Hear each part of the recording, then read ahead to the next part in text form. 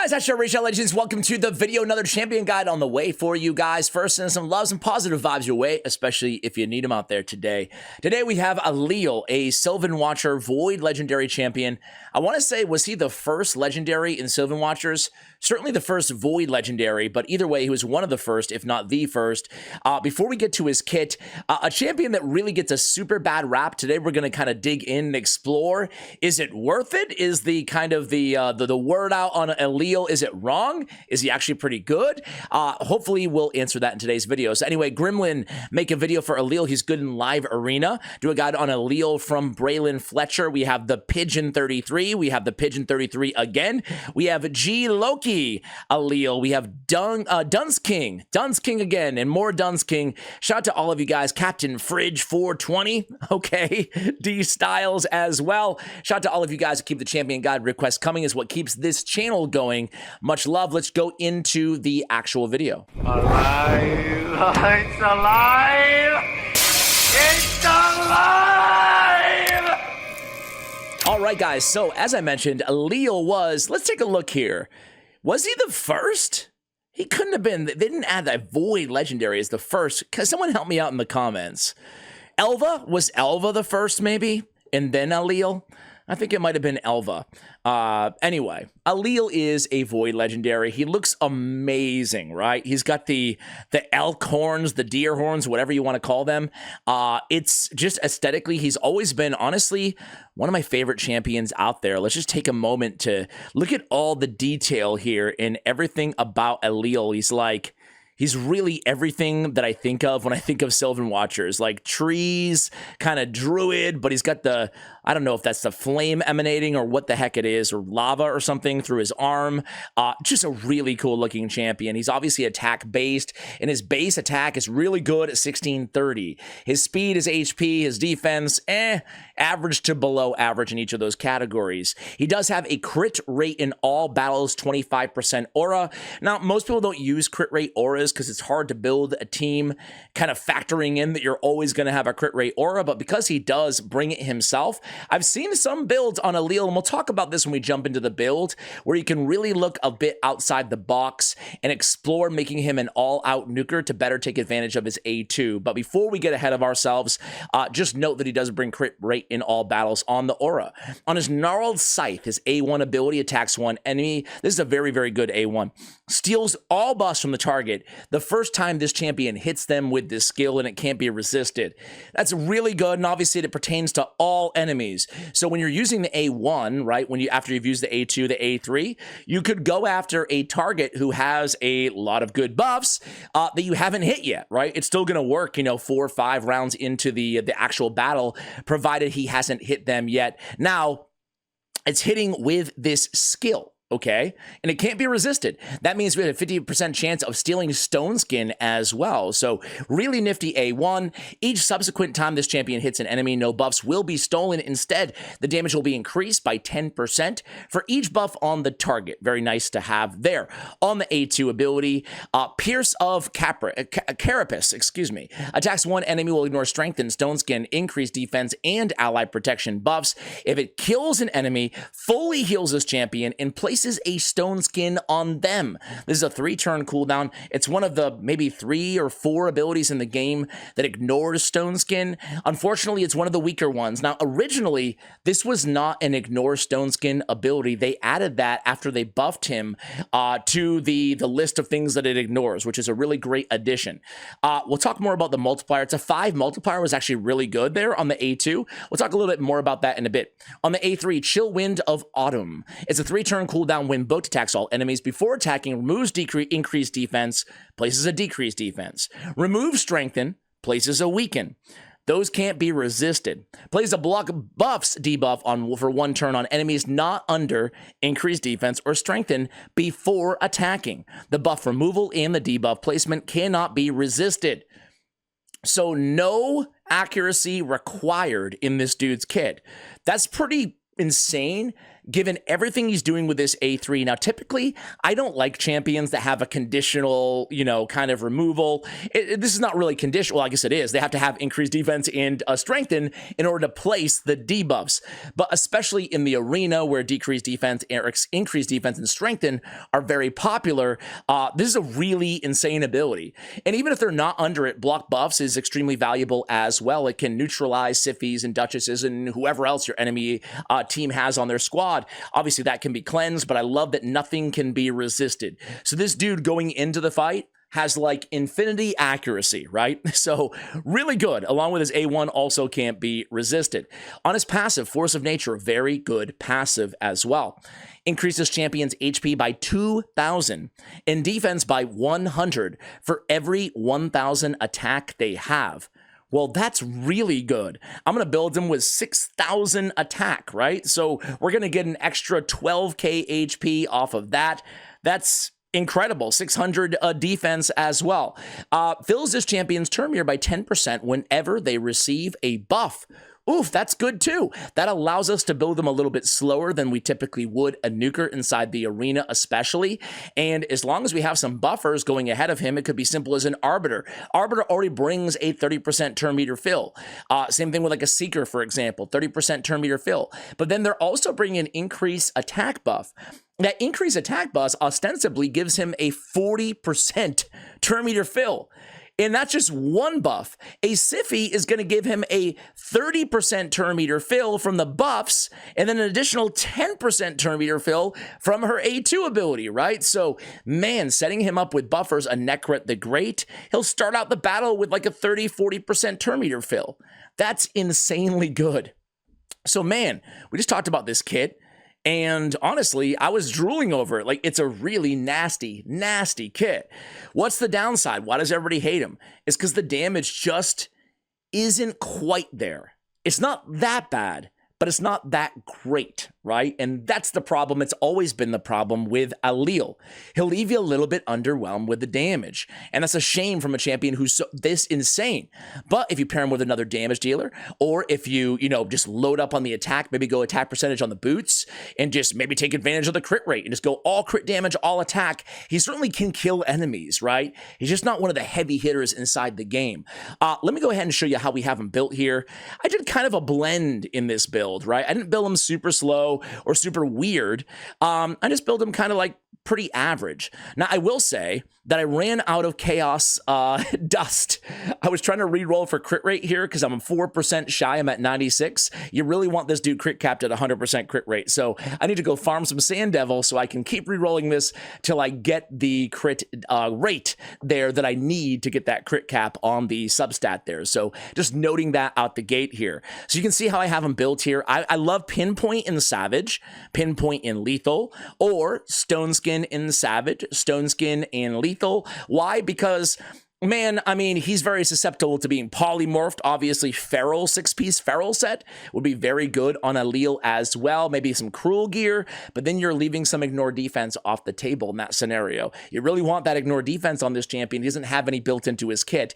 If they added this ability ignores 10% of defense for each buff on the target or something like that, it would make him one of the most insane nukers in the game, right? Something as little or seemingly as little as that, in my opinion, at least. I have Soul Reap as a blessing on him. I think Soul Reap is extremely underrated. It will really help out with that A2 ability too. I have him at 3-star Awakened in this video. Of course, you can go Crushing Rend, you can go Cruelty, heck, you can go Phantom Touch if you wanted to on this champion as well. Masteries, I have him kind of in the old school arena nuker build. People are getting a little bit away from Ruthless Ambush lately because of all the Stone Skin, but Ruthless Ambush works really well on Ailil because he already ignores Stone Skin, right? So that works out very well. We have Cycle of Violence. We come down with Helm Smasher as our tier 6 option on Ailil. We really don't need much on the support tree because we don't need accuracy in his kit. So we'd probably go HP and kind of make our way down, picking up, we really want Arcane Celerity and not Rapid Response. It's a weird, I would go defense, right? Get those counterattacks in. He can actually pack a pretty punch on those counterattacks, especially if he's counterattacking with Retribution before he's attacked the target. He'll steal all their buffs, so we'd much rather have the counterattack in his kit. You might want to pick up Deterrence instead of Blood Shield for this very same reason. All right, I would also point out, by the way, Cycle of Violence, 30% chance of decreasing the cooldown of a random skill by 1 turn if the damage exceeds 30% of the target's max HP. Very good on Ailil. You can get that A2 back down to a 2-turn cooldown potentially. It's almost always going to decrease 30% of their max HP. It's not that hard hitting, but it's not that weak hitting either, so you can get back to it faster. Okay, I already talked about the gear really quickly. We have crit damage on the gauntlets. We have attack percentage on the chest. We have speed with attack percentage on the boots. We have attack on the banner. We have crit damage on the amulet. And then we have attack on the ring. Stat priorities on Ailil are, of course, going to be attack. And I lied. I said 6,000. I have 7,000. That's 700 defense, 14,000 HP just off the passive. Not bad. It really helps with the survivability. It really allows you to totally negate, for the most part, HP and defense. He'll get it from the passive, which is nice. Crit rate, crit damage are going to be crit rate, crit damage, and attack are stat priorities. And then you don't want to totally neglect, speed. All right, so that's Ailil. Let's go into Black Fridays are they've had 5,000 Black Friday offers here. Sorry for those of you watching in the future, but they're relentless, extra relentless. All right, let's go in here and let's start out. Actually, let's just run him in Minnow just to see what this guy can do. Can he solo Minnow 15? Let's see. Kind of get acquainted with what his skills look like, what he looks like in action. That Soul Reap already coming into play here on the wave content. You can see he killed somebody with the A2, and he picked up that, and he's going to do it on the minions too here, maybe. Let's see. Once he gets this kill with the A2, he'll have Stone Skin.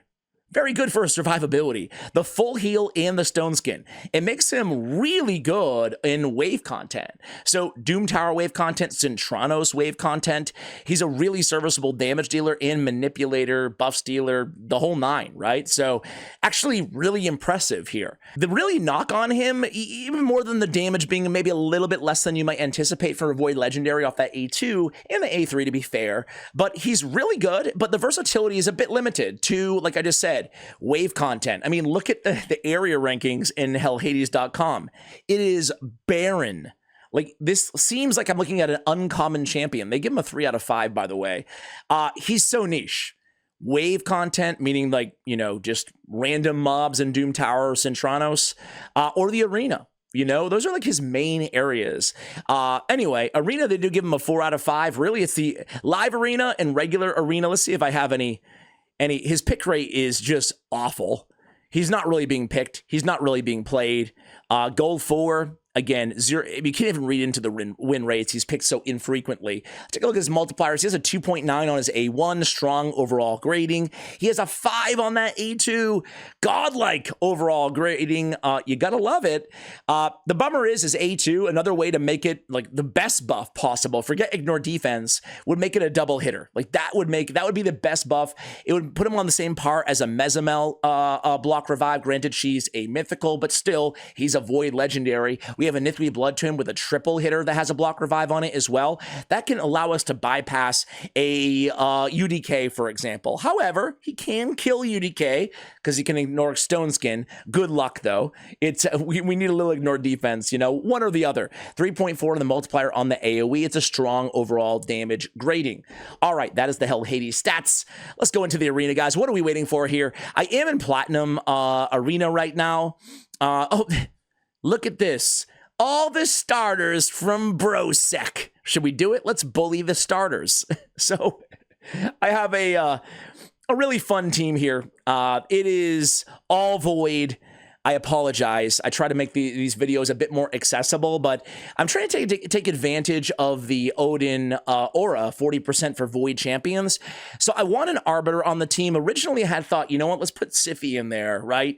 Get that extra turn meter fill, all those buffs, but we really need, mandatory, an increase attack buff on the same team as Ailil. It's an absolute. He doesn't hit hard enough to go in without an increased attack. We really want it on all of our nukers, but anyway, let's pop off somebody. Let's pop off who I feel like is the worst of the starting champions, and good old Galek. Boom! He didn't even kill him. He didn't even kill him. Did we even get a crit there? I was not even paying attention. He might have like reflex or something on. My bad. That was definitely not the debut that we wanted. Trust me, it's better than that. I didn't notice it was if it blocked the damage or not. Anyway, go in there with a nice little A3. I can't believe that he didn't one-shot collect. That's hilarious. All right, let's go into this team a little bit more formidable. Now we do have the pinpoint here, but that's not going to do anything against Hegemon. But we have the protection from Necro the Great, which will protect us. He almost dies there. He did counterattack, but look at that. He's already going, which isn't ideal. I don't know what gave him the speed boost, but we really want him. Let's go ahead and protect him. No, let's just go in with the A3. Screw it. This team is pretty squishy. Actually, you know what? My bad. Let's go in. Oof. See what I'm talking about, guys? He needs that increased attack. We didn't have it there, and we barely did any damage at all to their Reviver. We're going to go in and CC the team, which is going to be incredibly helpful. Let's go ahead and protect Arbiter as well. And then let's come back in here and, I don't know, Arbiter, can you decrease the duration of that? No, you can get resisted, though. That's great. All right, block damage procs. All right, let's come in here. The enemy team is under shield, but no strengthen, no increased defense. The nice thing is we can add the block buffs to everybody as well and neutralize at least a little bit. So let's make them choose who they're going to revive and pop off Marius. And then let's go in, let's go in against Rhodos. Hope we can kill him there. Yep, okay. And now it's just us and whoever White Queen revives and Rhodos. All right. Here's the A2 again. We should easily be able to pop off Rhodos here.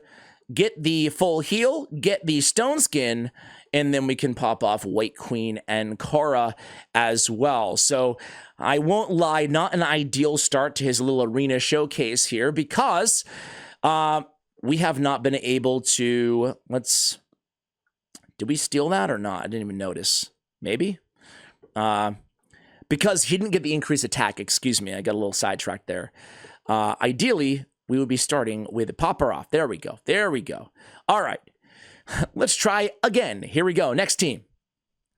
I imagine they're gonna go first, let's see. I don't have the fastest team. I do have Odin. Let's see, Arbiter, can you go? Okay, so Arbiter's going first. Look at the turn meter on him already, right? He's getting the buffs, another buff. He's going to go next. It's insane. All right, so in this situation, he has increased attack. Can he do it? Can we kill Armons? You'd sure hope he could. Here we go. He has the full setup. Boom. There we go. We killed him. Yeah, buddy.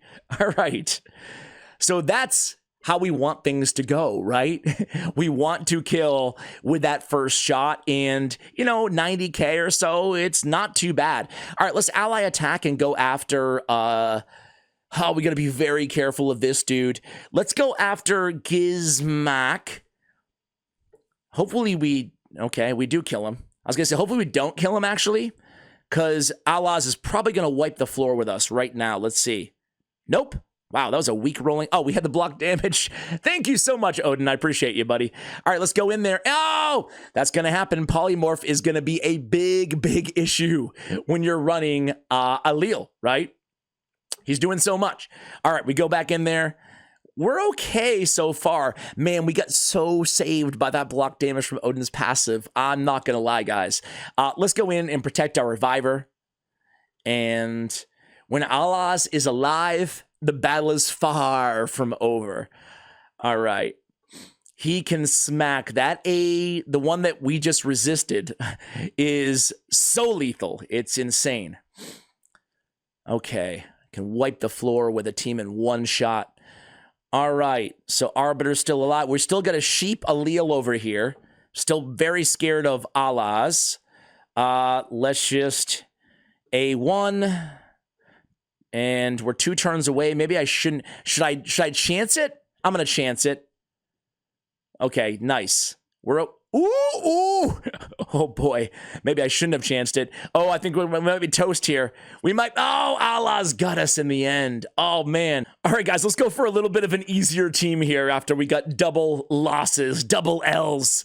As you guys know, we do not cut losses here in the channel, so it is what it is, a bit of a mixed bag. All right, so here we go, guys. We can go in with the A2 if we wanted to, but it would be redirected to UDK. So let's go with the A3 this time. Let's play some block buffs on everybody, and let's try to remove this in Stone Skin. That A3 did some pretty nice damage there, right?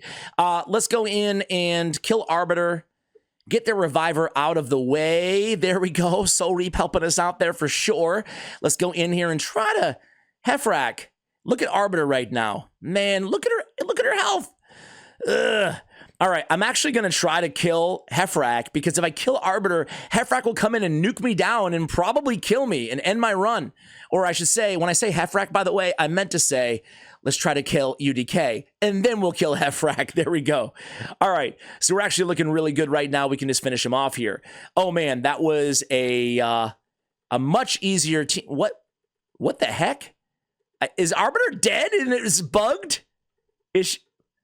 What the heck? I couldn't target her. That's weird. Okay. All right, guys, let's go ahead and do one more battle before we go here. But yeah, overall, hoping for a little bit more damage out of this dude, but he's still really fun. He's pretty unique.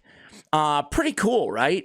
Let's go ahead and just start with the A3 here. Damage check on the A3. Not too bad, right? Not too bad. It's cool that you can go in and let's get Alaz out of here this time, right? It's cool with this dude that you can go in and basically get your own Stone Skin without having to build him in Stone Skin. I think it's one thing that I should have mentioned probably earlier when we're talking about the build on this champion, but like it's less mandatory that we build him in Stone Skin compared to other nukers that we want to protect, right? Because he can steal it as long as he goes, he can kind of steal it on his own. I lied. Let's go one more team here, right? As long as he survives, he can go on his own. Let's just keep it on auto and see what he does here. He goes right in with the A3. Psh, not bad, not bad. All right, let's do one more. That was an easier team, right? Let's do one more before we end the video. Ooh, all these teams look super nasty and disgusting. Marichka teams are such a pain but all the other teams look so easy.